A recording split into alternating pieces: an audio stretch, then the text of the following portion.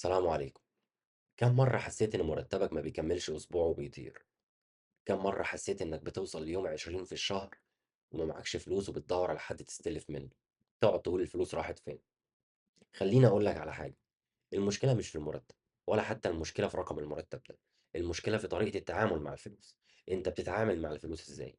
خلينا نعترف ونقول إن معظم الناس بتتعامل مع الفلوس بطريقة غلط جدا. في الفيديو ده أنا هقول لك على 7 أخطاء مالية معظم الناس بتعملها وأنا كنت واحد منهم، وهقول لك إزاي تتجنب الأخطاء دي بخطوات بسيطة جدا جدا. الخطأ الأول هو الاعتماد على مصدر دخل واحد بس. وظيفتك كويسة الحمد لله، مرتبك كويس ألف حمد وشكر. لكن تعالى نتخيل مع بعض لو لا قدر الله أنت خسرت الوظيفة دي هتعمل إيه؟ مصاريفك هتعمل فيها إيه؟ مصاريف أولادك، مصاريف أهلك، حاجات كتيرة جدا. فيلم رعب طبعا. مصدر دخل واحد كأنك بالظبط يا صديقي كده ماشي على حبل وعلى ارتفاع عالي جدا، وشايل أحمال على كتفك ومتخيل إنك مش هتقع. لا، أنت هتقع، مش هتقدر تكمل لحد آخر الخط. لازم تبتدي تفكر بمصدر دخل تاني. مصدر الدخل التاني ده هيساعدك إنك تحقق استقرار مادي على المدى الطويل، وحياتك هتبتدي تتحسن واحدة واحدة. مصدر الدخل ده ممكن يكون شغل أونلاين، ممكن يكون عمل جانبي، ممكن يكون مشروع صغير بس. الدخل اللي هيجي لك منه لو نسبته 1% بس من مرتبك، فالفايدة كلها ليك.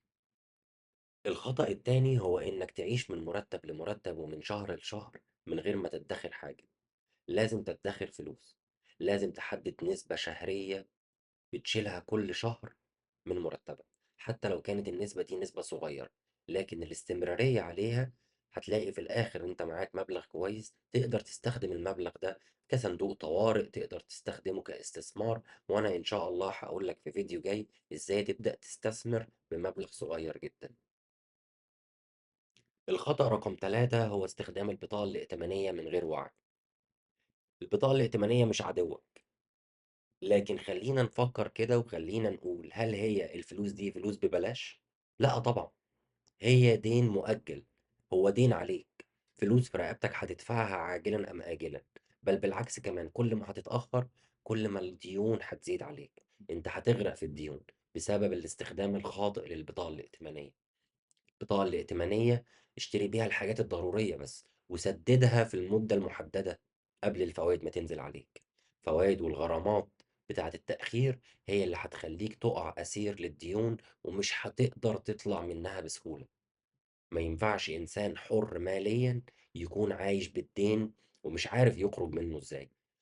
ما تبصش اللي حواليك اللي بيستخدموها، ما تبصش للناس البروفيشنال اللي بيستخدموها. دول محترفين بيستخدموا الديون. دي ناس عارفة هي بتعمل ايه، وانت لسه بتبني وعي مالي عشان تقدر تستمر في الحياة المادية بتاعتك وتحقق ليها الاستقرار اللي انت عايزه. استخدم البطاقة الائتمانية بطريقة صح، ده لو عايز تستخدمها. وانا نصيحتي ليك بلاش تعيش بالدين وانت مش عارف تتعامل مع الديون ازاي. انت مش عارف تجدول حياتك الاول المادية. لازم تبتدي تجدول حياتك المادية وبعد كده تبتدي تفكر لو عايز تعيش بالدين. ده يرجع ليك انت ويرجع لمعتقداتك ويرجع للقيم بتاعتك. ولكن نصيحتي ليك استخدمها بوعي، ما تستخدمهاش بعدم وعي منك. الخطأ الرابع هو ان انت ما عندكش ميزانية واضحة. الميزانية مش تعقيد. الميزانية ببساطة هي خطة بتقول لك ان الدخل بتاعك الرقم ده، وان المصاريف بتاعتك الرقم ده، وان انت لازم تتحرك في الطريق ده. الميزانية هي الطريق للاستقرار المادي. انت مش هتحقق الاستقرار المادي بدون ميزانية وخطة واضحة. وصدقني مفيش حد نجح واستقر ماديا بدون خطة واضحة وميزانية اعتمد عليها واستمر عليها والتزم بيها. ما تعتمدش على الذاكرة بتاعتك. ما تعتمدش ان انت تقول ان انا عارف مصاريفي شهريا وان انت عارف الدخل بتاعك شهريا. لا، اكتب كل حاجة. لان انا لو سألتك دلوقتي انت بتصرف كام على القهوة شهريا، غالبا مش هترد. انت بتصرف كام دلوقتي في المواصلات، غالبا مش هترد. لان انت مش عارف، لان انت مش بتكتب. اكتب المصاريف بتاعتك، اكتب الدخل بتاعك، وما تعتمدش على الذاكرة. ولازم تدرس الميزانية بتاعتك شهريا كده، ولازم تقف مع نفسك كل أسبوع، كل 10 أيام مع الميزانية بتاعتك. هل اللي انت صرفته ده فعلا يستحق المصروف والّا لازم إن أنت ترشّد استهلاكك شوية؟ الخطأ رقم 5 إنك تشتري الكماليات قبل الأساسيات، لازم ترتّب أولوياتك، ما ينفعش تمشي من شهر لشهر وأنت ما عندكش أولويات، في حاجات أساسية لازم تكون أنت موفّرها ولازم تكون أنت عامل حسابها، بعد كده تفكّر في الكماليات، يعني مثلًا ما ينفعش إنك تفكّر في رحلة سفر إنك تتفسّح أو تغيّر جو وأنت لسه عليك أقساط، وأنت لسه عليك ديون، أو لسه ما وفّرتش الحاجة الأساسية، خُد بالك من النقطة دي كويس أوي ورتّب أولوياتك، أولويات الشهر بتاعك إيه؟ إيه المفروض تشتريه دلوقتي قبل ما تفكّر في الكماليات بتاعتك.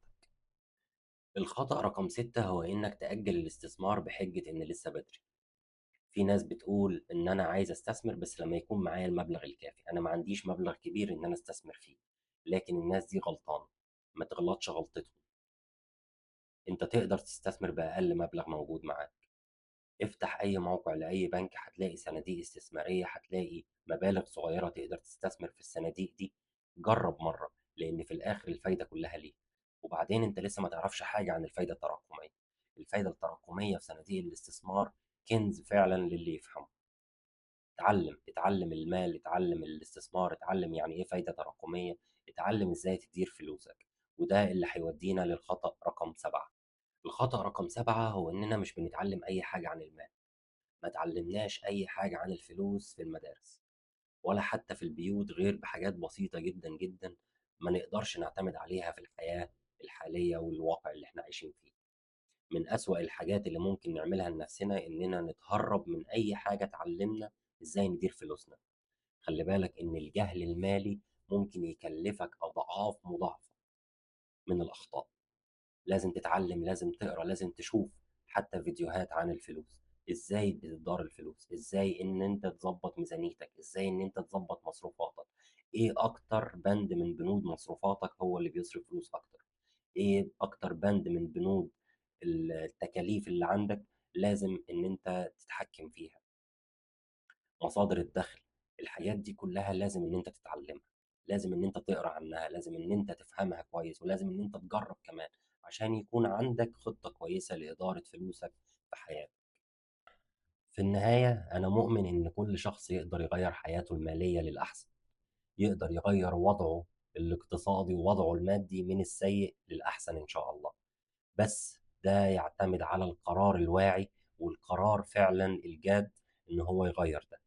لازم يكون عندك وعي مالي عشان تدير حياتك، أنت بس تفكّر إزاي الأخطاء دي بتأثّر على حياتك المادية، ويا ريت تشاركني في التعليقات أي خطأ من الأخطاء ال7 اللي إحنا قُلناهم النهارده دول، لقيتهم إن هو فعلًا ينطبق على حياتك المادية، ولازم تغيّره، لازم تصحّح الخطأ ده، لازم تركّز عليه، ولو خطأ واحد بس بسيط، لكن هتحس بالتحسّن إن شاء الله يوم بعد يوم، وشهر بعد شهر، وحياتك هتستقر ماديًا إن شاء الله. يا ريت تكتب لي في التعليقات عشان نتعلم من بعض، وأنا باشكرك جدًا إن أنت وصلت لآخر الفيديو، وأشوفك الفيديو اللي جاي، سلام عليكم.